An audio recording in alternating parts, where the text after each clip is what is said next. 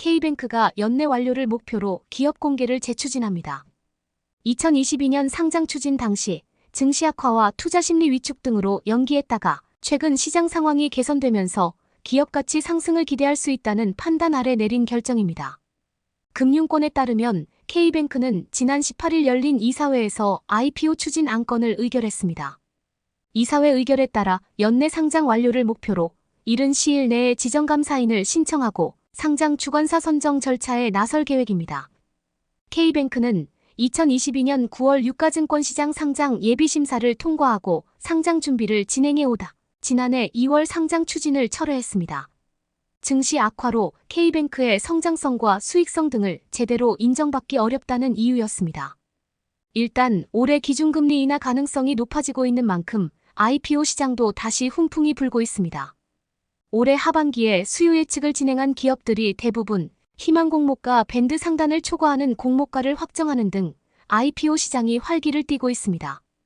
여기에 APR, 노브랜드 등 조단위 기업 가치가 예상되는 기업들의 상장도 예고된 상황입니다.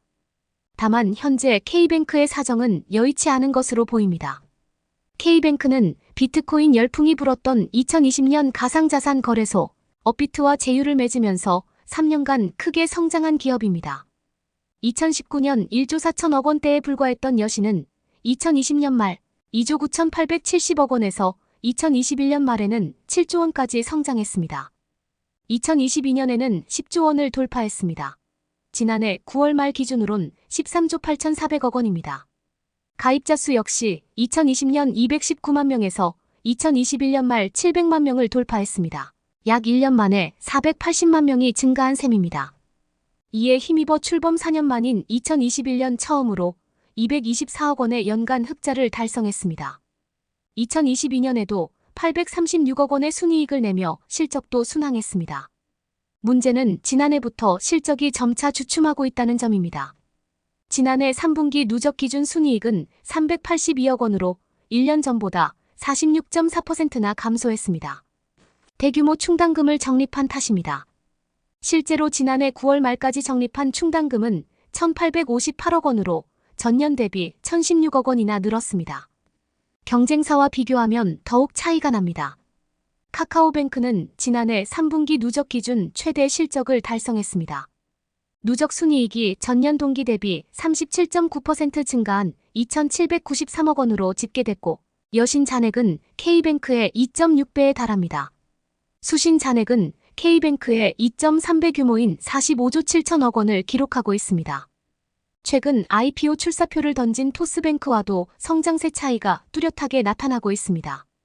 토스뱅크는 지난해 3분기 처음으로 분기 흑자를 내면서 인터넷은행 가운데 가장 빠르게 흑자 전환에 성공했습니다. 토스뱅크 고객 수는 860만 명가량인데 가장 늦게 출범했다는 점을 고려하면 K뱅크의 고객 수가 크게 앞서 있다고 보기는 어렵습니다. 건전성 지표들도 눈에 띄게 악화되고 있습니다. K뱅크의 지난해 9월 말 기준 고정이하여 신비율은 0.88%로 1년 전과 비교하면 0.12%포인트 감소했습니다. 연체율 역시 0.67%에서 0.90%로 0.23%포인트 높아졌습니다. 연체율이 증가하는 상황에서 중저신용자를 늘려야 하는 상황이라 건전성 관리는 더 어려워질 전망입니다. 당초 K뱅크는 지난해 말까지 중저신용자 대출 비중을 전체의 32%까지 끌어올리겠다고 약속했지만 28.1%로 목표 달성을 하지 못했습니다. 다행인 점은 금융당국이 건전성 관리 필요성을 고려해 올해 말까지 평균 잔액 30%로 기준을 완화했습니다. 다만 올해 역시 중저신용자 대출을 늘려야 하는 과제는 여전한 셈입니다. 또 다른 문제는 자본 건전성입니다. K뱅크의 지난해 9월 말 기준 BIS 비율은 13.91%로 1년 전보다는 0.6%포인트 낮아졌지만 2년 전과 비교하면 5.91%포인트나 악화됐습니다. 금융당국의 규제 수준인 10.5% 이상은 유지하고 있지만 같은 기간 국내 은행들의 평균 BIS 비율 15.56%란 점을 고려하면 낮은 편에 속합니다. 또한 BIS 비율이 낮아지면 대출 자산 확대에 방해가 될 가능성도 열려 있습니다.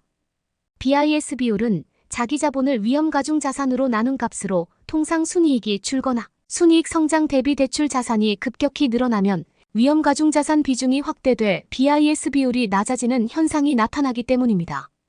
결국 올해 K뱅크의 성장세가 기업 가치를 좌우할 것으로 보입니다. 현재 K뱅크는 장외시장에서 주당 약 11,600원에 거래되고 있습니다. 이를 시가총액으로 환산하면 기업 가치는 약 4조 3,580억 원입니다.